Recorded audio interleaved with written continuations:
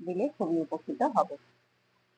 তবে আজকের বিষয়বস্তু হচ্ছে শনির 7.5 থেকে আমরা কিভাবে মুক্তি পাবো। মুক্তি পাওয়ার অনেকগুলি উপায় আছে। আমরা যদি শনিবার দিন কোনো সরিষার তেলে আটার রুটিকে ভেজে কাককে খাওয়ানো যায় তাহলে সেক্ষেত্রে খুবই উপকার পাওয়া যায়। আর পরেরটা হচ্ছে যে মঙ্গলবার দিন আমরা জানি যে হনুমানজির বার। হনুমান হনুমানজির বার। সেই দিন মঙ্গলবার দিন যদি যমরাজের বাহন হচ্ছে কাক, কাককে খাওয়ালে শনি মহারাজ খুব প্রসন্ন হয়। সেদিন মঙ্গলবার দিন যদি কোনো কিছু খাওয়ানো যায়।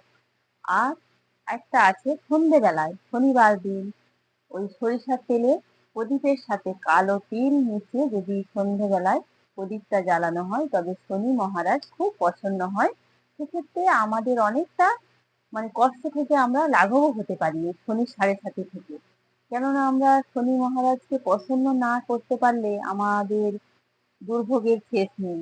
একবার যার উপর শনির দৃষ্টি পড়ে, প্রথম ধাইয়ে 2.5 বছর, দ্বিতীয় ধাইয়ে 2.5 বছর, 5 বছর, আবার তৃতীয় ধাইয়া, মোট 7.5 বছর, যাকে আমরা শনির 7.5 বলি। কিন্তু আমরা যদি এই ছোট্ট ছোট্ট টোটকা বা উপায়গুলো করতে পারি তবে আমরা অনেকেই উপকৃত হতে পারি। তোমরা বিশ্বাসের সাথে যদি এটা করে থাকো তোমরা অবশ্যই উপকৃত হবে। আশা রাখছি তোমরা সকলেই এটা বিশ্বাসের সঙ্গে করবে, অবশ্যই ভালো ফল পাবে।